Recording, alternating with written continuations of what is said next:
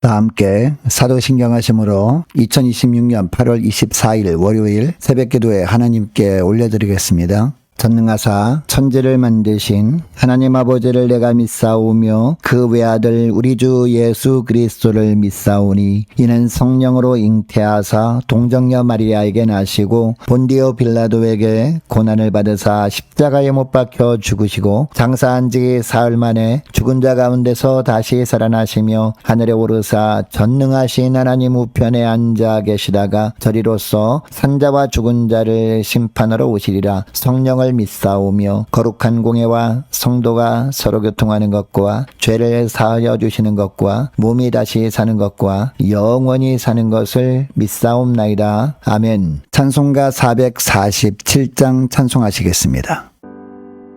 이 세상 끝날까지 주 섬겨 살리니 내 친구 되신 주여 늘 함께 하소서. 주 나와 함께 하면 전쟁도 겁없고 주 나를 인도하면 늘 안심하리라.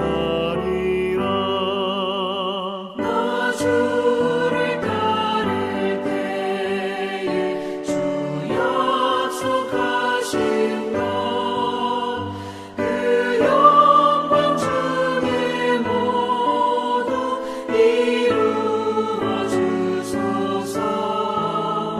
나 주의 뒤를 따라 섬기며 살리니 그 크신 은혜 속에 날 인도하소서. 이 세상 온갖 시험 내 마음을 흔들고 저 악한 원수들이 압박해 있으나 주 나를 돌보시사 내 방패 되시고 내 옆에 계신 것을 늘 알게 하소서. 저 영광 빛난 곳에 주 허락했으니 그 허락하신 곳에 늘 사모합니다. 끝까지 쉬지 않고 주 따라가리니 주 넓은 사랑으로 늘 인도하소서. 아멘.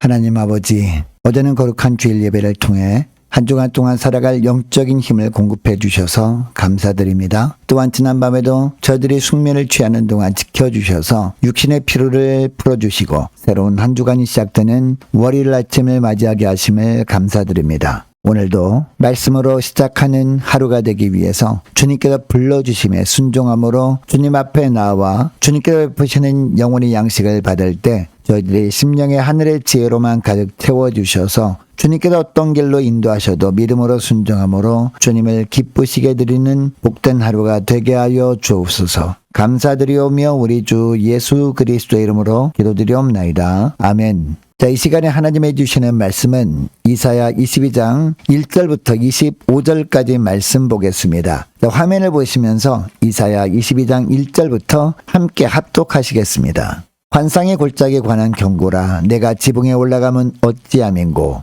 소란하며 떠들던 성 즐거워하던 고리여, 너희 죽임을 당한 자들은 칼에 죽은 것도 아니요 전쟁에 사망한 것도 아니라 너희 관원들도 다 함께 도망하였다가 활을 버리고 결박을 당하였고 너희 멀리 도망한 자들도 발견되어 다 함께 결박을 당하였도다. 그러므로 내가 말하노니 돌이켜 나를 보지 말지어다. 나는 슬피 통곡하겠노라. 내 딸 백성이 패망하였으므로 말미암아 나를 위로하려고 힘쓰지 말지니라. 환상의 골짜기에 주 만군의 여호와께로부터 이르는 소란과 발핀과 혼란의 날이요 성벽의 무너뜨림과 산악에 사무쳐 부르짖는 소리로다. 엘람 사람은 화살통을 메었고 병거탄 자와 마병이 함께하였고 기르 사람은 방패를 드러냈으니 병거는 내 아름다운 골짜기에 가득하였고 마병은 성문에 정렬되었도다. 그가 유다에게 덮였던 것을 벗김에 그날에야 내가 숲을 곳간의 병기를 바라보았고 너희가 다윗성에 무너진 곳이 많은 것도 보며 너희가 아랫못에 물도 모으며 또 예루살렘의 가옥을 개수하며 그 가옥을 헐어 성벽을 견고하게도 하며 너희가 또 옛못의 물을 위하여 두 성벽 사이에 저수지를 만들었느니라. 그러나 너희가 이를 행하신 일을 앙망하지 아니하였고 이 일을 옛적부터 경영하신 일을 공경하지 아니하였느니라. 그날에 주 만군의 여호와께서 명령하사 통곡하며 애곡하며 머리털을 뜯으며 굵은 배를 띠라 하셨거늘 너희가 기뻐하며 즐거워하여 소를 죽이고 양을 잡아 고기를 먹고 포도주를 마시면서 내일 죽으리니 먹고 마시자 하는도다. 만군의 여호와께서 친히 내 귀에 들려 이르시되 진실로 이 죄악은 너희가 죽기까지 용서하지 못하리라 하셨느니라. 주 만군의 여호와의 말씀이니라. 주 만군의 여호와께서 이르시되 너는 가서 그 국고를 맡고 왕궁 맡은 자 셈나를 보고 이르기를 내가 여기와 무슨 관계가 있느냐? 여기에 누가 있기에 여기서 너를 위하여 묘시를 팠느냐? 높은 곳에 자기를 위하여 묘시를 팠고 반석에 자기를 위하여 처소를 쪼아내었도다. 나 여호와가 너를 단단히 결박하고 장사같이 세게 던지되 반드시 너를 모질게 감싸서 공같이 광막한 곳에 던질 것이라. 주인의 집에 수치를 끼치는 너여 내가 그곳에서 죽겠고 내 영광의 수레도 거기에 있으리라. 내가 너를 내 관직에서 쫓아내며 내 지위에서 낮추리니 그날에 내가 hil기야의 아들 내 종 엘리야김을 불러 내 옷을 그에게 입히며 내 띠를 그에게 띄워 힘있게 하고 내 정권을 그의 손에 맡기리니 그가 예루살렘 주민과 유다의 집의 아버지가 될 것이며 내가 또 다윗의 집 열쇠를 그의 어깨에 두리니 그가 열면 닫을 자가 없겠고 닫으면 열 자가 없으리라. 못이 단단한 곳에 박힘같이 그를 견고하게 하리니 그가 그의 아버지 집의 영광의 보좌가 될 것이요 그의 아버지 집의 모든 영광이 그 위에 걸리리니 그 후손과 족속되는 각 작은 그릇 곧 종지로부터 모든 항아리까지니라. 만군의 여호와께서 이르시되 그날에는 단단한 곳에 박혔던 못이 사그리니 그 못이 부러져 떨어지므로 그 위에 걸린 물건이 부서지리라 하셨다라. 나 여호와의 말이니라. 아멘. 여러분 예수님을 믿는 사람이라면 어떤 상황에서도 오직 하나님만을 신뢰하며 살아야 한다는 것을 잘 압니다. 그러나 정작 위기의 순간을 만나면 하나님보다 다른 것을 더 의지하며 살아가는 우리의 모습을 발견하게 됩니다. 여러분 그렇다면 오직 하나님만을 신뢰하는 삶이란 구체적으로 어떤 삶을 말하는 것일까요? 첫째로 썩어질 세상의 방어벽을 의지하지 않는 삶입니다. 1절을 보면 환상의 골짜기에 관한 경고라라는 말씀으로 시작합니다. 여러분 여기서 환상의 골짜기는요 당시 천혜의 요새였던 예루살렘의 별명이었습니다. 아수르의 침공이라는 거대한 위기가 닥쳤다가 물러가자 유다 백성들은 지붕에 올라가 잔치를 벌이며 소란스럽게 즐거워했습니다. 관원들은 혼비백산하여 도망치고 백성들은 무기를 버리고 도망하다 결박당할 것이라는 이사야 선자의 경고를 그들은 무시했습니다. 4절에서 이사야는 슬피 통곡하면서 나를 위로하려고 힘쓰지 말라라고 합니다. 거룩한 도성 예루살렘이 수치와 비극의 장소가 될 것이기 때문이었습니다. 그제야 8절 말씀처럼 유다 백성들은 무기고를 살피고 무너지기 쉬운 성벽을 보강하면서 저수지를 만드는 등 분주히 자구책을 마련합니다. 그러나 11절에 보면 너희가 이를 행하신 일을 앙망하지 아니하였고 이 일을 옛적부터 경영하신 일을 공경하지 아니하였느니라 라고 합니다. 이 모든 일을 행하신 하나님을 정작 바라보지는 않았다는 겁니다.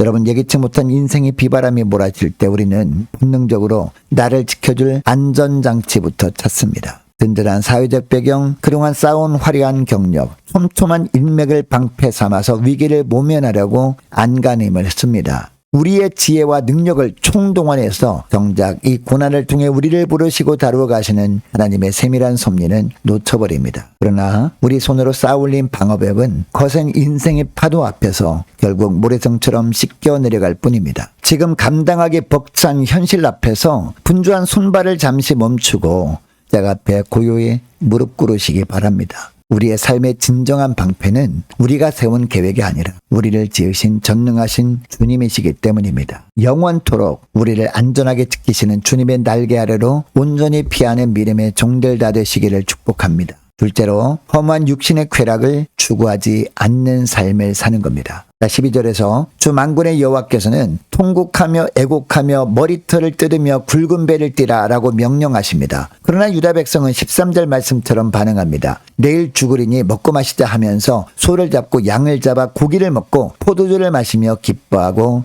즐거워했습니다. 회개하라는 하나님의 명령을 무시한 채 어차피 내일 인생이 끝날 수도 있으니까 마음껏 먹고 마시고 즐기자라고 한 겁니다. 그들이 이렇게 행한 이유는 죽음 이후에 하나님의 심판이 있음을 몰랐기 때문이었습니다. 그러나 우리 인생은 죽음으로 끝나지 않습니다. 반드시 하나님의 심판이 있습니다. 이 사실을 결코 간과해서는 안 됩니다. 이런 유다를 향해서 하나님은 진노하시면서 14절에 보면 뭐라고 하십니까? 진실로 이 죄악은 너희가 죽기까지 용서하지 못하리라 라고 하십니다. 여러분, 당시 유다 백성은 징계매를 맞으면서도 끝내 돌이키지 않았습니다. 오히려 육신의 즐거움으로 내면의 두려움을 감추려 했을 뿐이었습니다. 하나님은 아수르가 물러간 그날 온 유다를 향해서 회개의 명령을 내리심으로 말미암아 다시 한번 돌아올 기회를 주셨습니다. 그러나 유다는 그 뜻을 깨닫지 못하고 오히려 반대 방향으로 나아가고 말았습니다. 이처럼 영적 불감증은 하나님과의 관계를 회복할 소중한 기회마저 놓쳐버리게 만듭니다.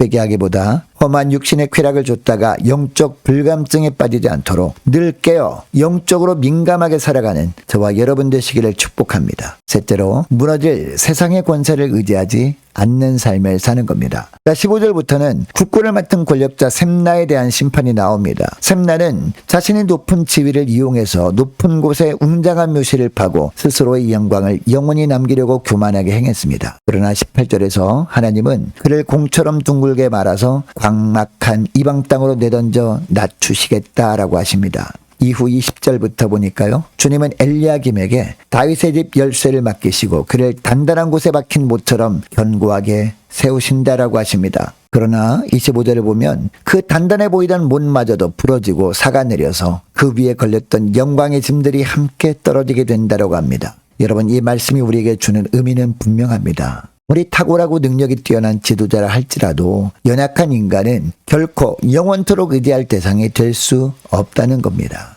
우리는 이 땅을 살아가면서 나보다 힘있고 능력 있는 사람을 만나면 마치 단단히 박힌 모처럼 굳게 믿고 의지하려고 합니다. 그러나 주님은 오늘 말씀을 통해서 얼마나 더럽고 허망한 것인지를 가르쳐 주십니다. 스스로를 한없이 높이려고 했던 셈나는 한순간에 모든 것을 내려놓아야 했습니다.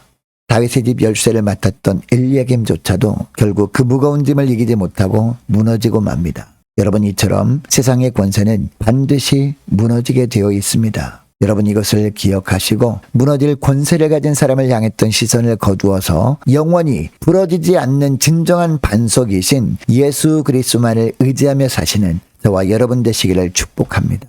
오늘 말씀을 기억하고 이 시간에 함께 기도할 때 이렇게 기도했으면 좋겠습니다. 하나님, 인생의 위기 앞에서 세상이 주는 방어벽을 의지하지 않고 오직 하나님의 섭리를 신뢰하며 짝 앞에 무릎을 꿇는 저희가 되게 하옵소서. 하나님, 두려움과 시련 앞에서 험한 육신의 쾌락으로 도피하지 않고 늘 깨어 회개하며 영적으로 민감한 삶을 살게 하옵소서. 하나님, 무너질 세상의 권세와 사람을 의지하지 않고 영원히 흔들리지 않는 반석이신 예수 그리스도만을 붙들며 살아가게 하옵소서. 간절히 기도하는 이 새벽 될 수 있기를 축복합니다. 계속해서 기도할 것은 한 주간 동안 각 가정의 직장과 사업장들을 위해서 함께 기도하기를 원하고 모든 구역 식구들과 자녀들을 위해서 저와 여러분을 위해서 이 시간에 함께 기도하기를 원합니다. 무엇보다 오늘 하루도 영적인 바른 분별력을 허락하옵소서. 간절히 기도하기를 원하고 남녀 전도회와 청년부 임력원들을 위해서 교회 재정을 위해서 함께 이 시간에 기도하기를 원합니다. 유초등부 중고등부 청년부를 위해서 남녀 전도회와 각 구역을 위해서 함께 기도하기를 원하고 많은 환우들을 위해서 기도해 주시기 바랍니다. 또 취업을 앞둔 우리 지체들을 위해서, 선교사님들 가정들을 위해서 나라와 민족을 지켜 주옵소서 함께 기도하길 원하고, 동산제일교회와의 통합 과정에 하나님의 은혜로만 가득하도록 함께 기도하길 원합니다. 교회 전세 보증금 11월 말까지 잘 돌려받을 수 있도록 함께 기도하길 원하고, 저와 여러분이 가지고 나온 기도 제목을 놓고 이 시간에 함께 기도하길 원합니다. 기도하겠습니다.